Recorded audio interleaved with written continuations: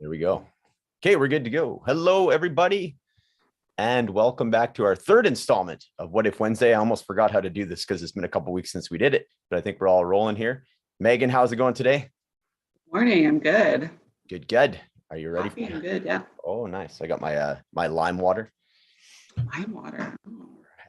So yeah, before we do the What If Wednesday, we'll run down, what this is for anybody that's tuning in for the first time. But before we do that, so next week, we're proud to announce that we're going to be doing a live show that we're going to be inviting some folks to as well. It's going to be like a Zoom call and just have whoever's interested in it. And so Megan and myself are putting it on, and that'll be next Wednesday, March 30th at 7 p.m. sharp. And what we're going to do is so Megan, you can take it from your part there, what you're going to be presenting on, and then I will go over what I'm presenting on. Yeah, so I'm going to be talking about how to create happiness. And so I'm going to bring in some educational aspects of it. I'm going to talk a bit about the brain and how we can create small habits, really simple ways to have more happiness and joy in our lives. Excellent. Everybody, I like the small habits part, right? Because it can be overwhelming. Some of these things that you read, there's like, here's the top 30 things that'll help you. Like 30 things. Like I tune out after like 2 or 3. So it's cool that you have a little more like refined, I would assume, right? Bringing it into your environment and like into the walls of your home a lot of the time, right? So I'm not talking about like taking the vacation or booking the spa day. It's like stuff right here in your environment that you can do just to make small changes. Perfect. Love it. Yeah, and then I will take it from there. And anybody that's kind of been watching the show, I do a thing called like language games, which is a good way to sort of to take out the sort of two. Now I'm going to be auditing myself. As soon as I put myself accountable for like language games, I'm like, oh, got to really watch what I'm saying now to set a good example. So as you can see, I'm not perfect with it either by any means, but it's, so language games. So we call it like should detox, like stop shoulding all over yourself. Using what we call soft talk words where you're very ambiguous and non-committal to different things, including things to yourself, goal setting to yourself, and how that can accumulate into bad habits over time. So I think what you and I are doing go very well hand in hand. They mesh very well.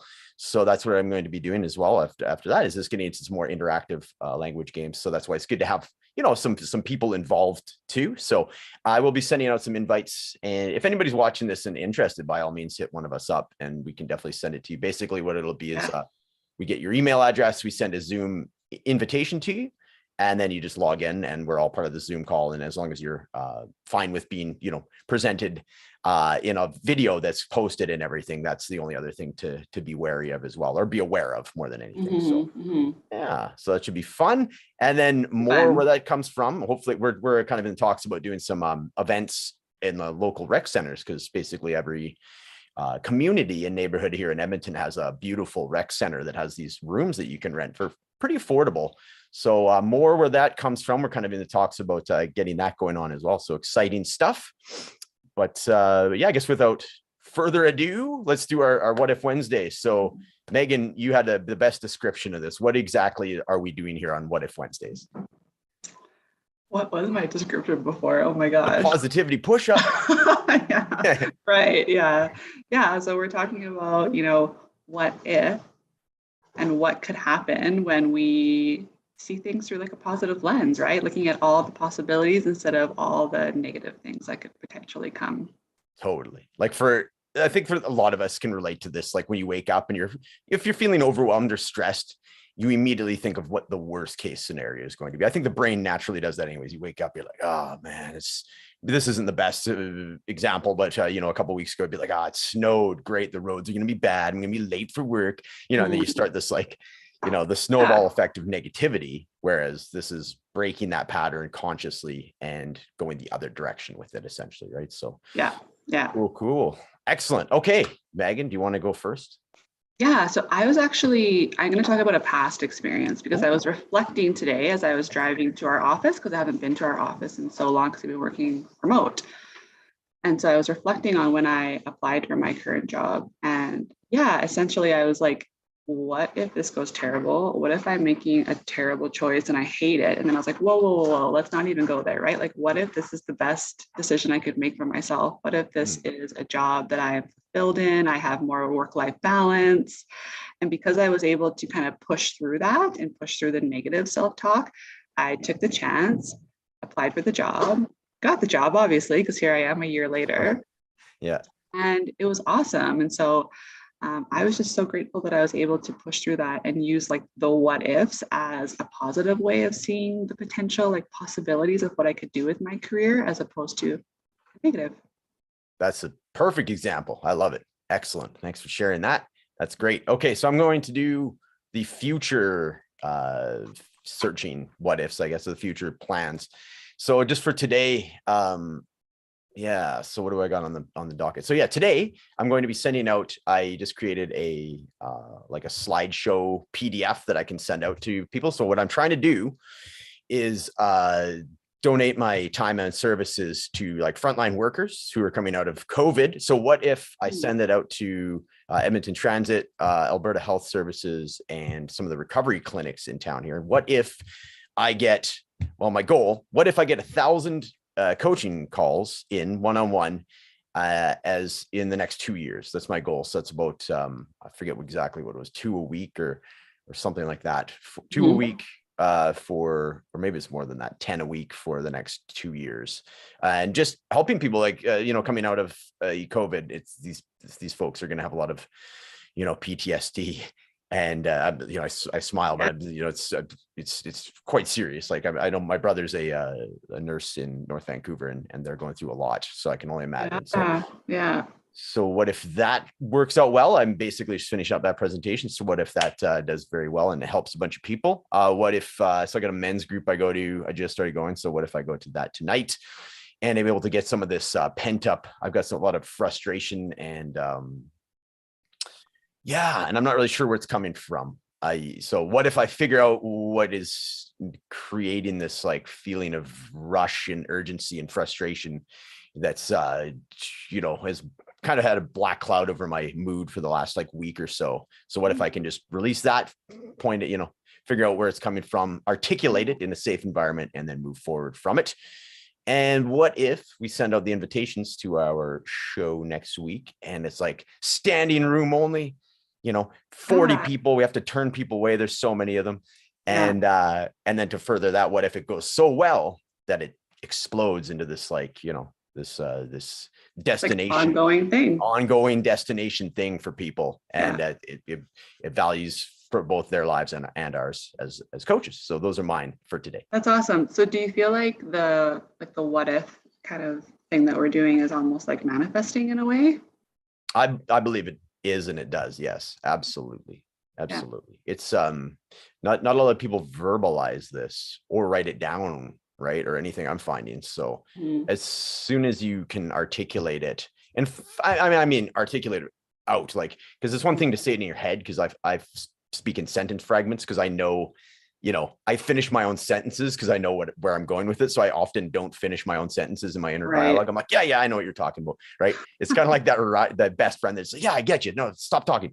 Right. Yeah. So I often do that. So for me to actually, that's why I hesitate. You can kind of tell when that's me actually like finishing my thought. So to do that, and just the fact that you're putting it out there, there's like a whole different level of like accountability and manifesting for sure, because whatever the cliche is, like first you say, then it shall be, or things of that nature, right? It creates a like whether it's a law of attraction, the one thing that, law of attraction isn't sitting on your couch, which is like what the movie shows. You sit on the couch and pretend you're in a Lamborghini.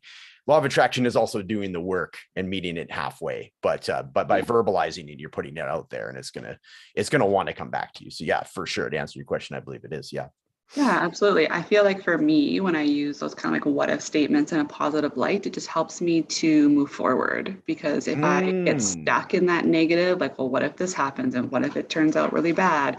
Then I'm just stuck, and I have a tendency to stay in those habits. But when I reframe it to like, well, what if this goes really well?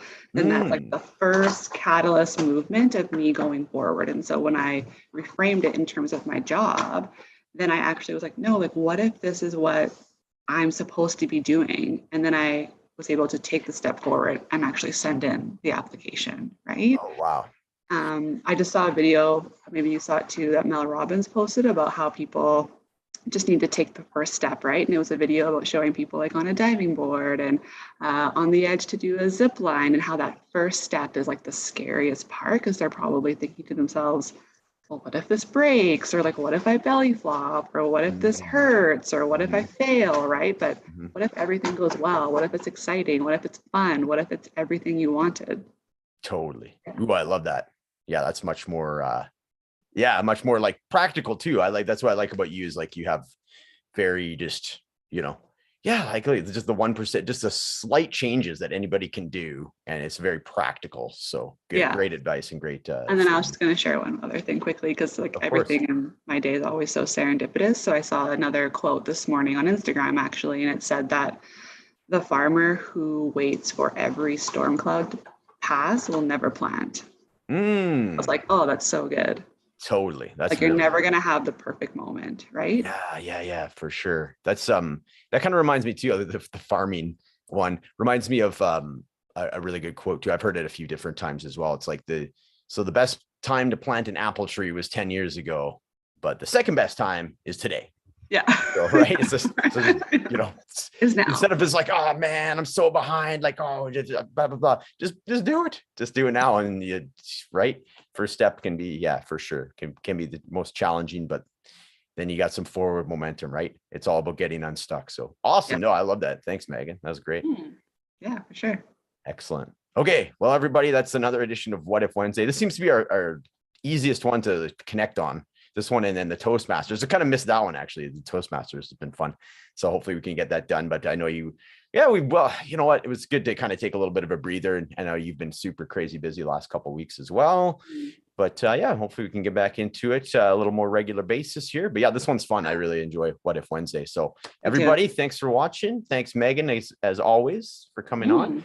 Absolutely. And look forward to seeing everybody next Wednesday at 7 p.m. for our first ever group event of What If Wednesday. Yeah, Mountain Standard Time. Oh, You're yes. somewhere else. Yeah. Good call. Absolutely. Thanks. Okay. Awesome. All righty. Well, thanks for hopping on. I hope you Yeah, have a for sure. good rest of your day. I'm heading to Canmore on Friday. So Nice. yeah, otherwise I'd say we could do something there, but I'll be driving. So Yeah, no, it's all good. but yeah, for sure. And then yeah, I guess I'll send you the poster later today.